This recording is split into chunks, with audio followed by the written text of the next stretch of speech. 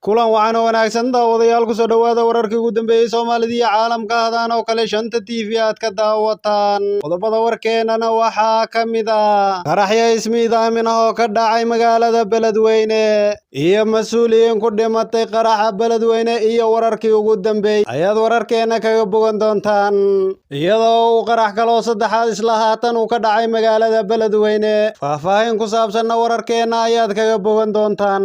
qodobada kale warkeenana waxaa ka mid ah shabkado ka tirsan al-shabaab iyo hub lagu qabtay magaalada Muqdisho qodobadaas iyo kuwa kale oo intaasi ka faahfaahsan ayaad warkeena ku maqli doontaan fadlan haddii aad nagu cusub tahay subscribe saar gambaleelkana furo si aad ula socoto wararka iyo warbixinadan halkan soo gelino aynu ku bilownay qarax ismiidaamin oo ka dhacay magaalada Beledweyne warar kala duwan ayaa ka soo baxaya khasaaraha ka dhashay qaraxaasi ismiidaaminta ahaa oo goordhoweeto laga maqlay magaalada Beledweyne xarunta gobolka Hiiraan ee bartamaha Soomaaliya sida ay wararku sheegayaan qaraxan oo laba ah ayaa waxaa loo adeegsaday gawaadhida nooca xamuulka ah oo laga soo buuxiyey waxyaalaha qarxa waxaana xigay rasaas xooggan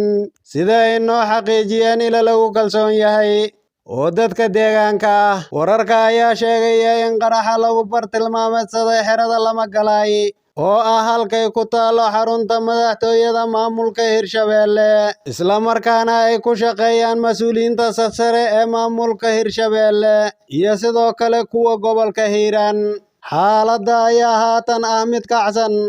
waxaana haatan socda gurmadka loo fidinayo dadka ku waxyeeloobay qaraxaasi sidoo kale khadka isgaarsiinta ayaa cuslaaday kadib qaraxyada ka dhacay magaalada Beledweyne kale mas'uuliyiin ku dhintay qaraxa magaalada Beledweyne iyo wararkii ugu dambeeyay ayaa sheegay faahfaahin dheeraad ah ayaa waxaa laga helayaa khasaaraha ka dhashay qaraxii xooggan ee maanta gilgilay magaalada Beledweyne ee xarunta gobolka Hiiraan waasi oo ahaa ismiidaamin sida ay shaaciyeen laamaha amniga ee magaalada Beledweyne qaraxyada oo ahaa labo ayaa waxaa loo adeegsaday gawaadhida nooca xamuulka qaada waxaana lagu weeraray xarunta Lamagalaay ee ku taala madaxtooyada Hirshabeelle ila wareedyo lagu kalsoon yahay ayaa inoo sheegay in qaraxa koowaad uu ka dhacay afaafka hore ee xarunta halka qaraxa labaadna uu isna ka dhacay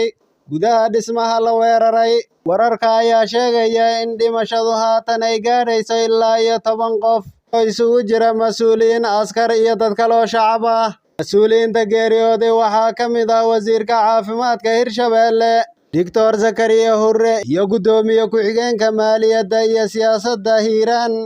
Karmaaday halka uu dhaawac soo gaadhay taliyaha ciidamada daraawiishta Hirshabeelle Axmed Dirir gudoomiye ku-xigeenka maamulka iyo maaliyadda degmada Matabaan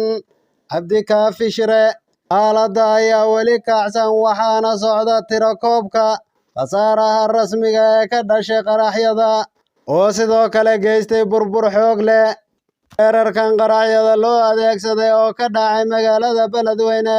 ku soo aadaya xilli roobaad ay ka socdaan howlgallo culus oo ka dhan ah kooxda argagixisada al-shabaab qaraxyada magaalada Beledweyne ka dhacay ayaa yimid saacada uun kadib markii ay dowladda Soomaaliya shaacisay inay howlgal ka dhana deegaanka xaramka ee gobolka Jubbada Dhexe lagu dilay Cabdullaahi Naadir oo ka mid ahaa aasaasihii kooxda argagixisada al-shabaab kale qarax saddexaad ayaa isla haatan ka dhacay magaalada Beledweyne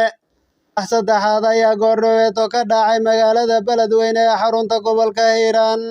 oo saaka laba qarax oo waaweyn ay ka dhaceen qaraxa ayaa wararku waxay sheegayaan inuu ka dhacay dhabarka dambe ee saldhigga booliiska magaalada Beledweyne welina ma cadda khasaaraha ka dhashay qaraxaasi waaqa qaraxa ayaa meelo fogfog laga maqlayay waxaana xooggiisa la gariiray guryaha magaalada Beledweyne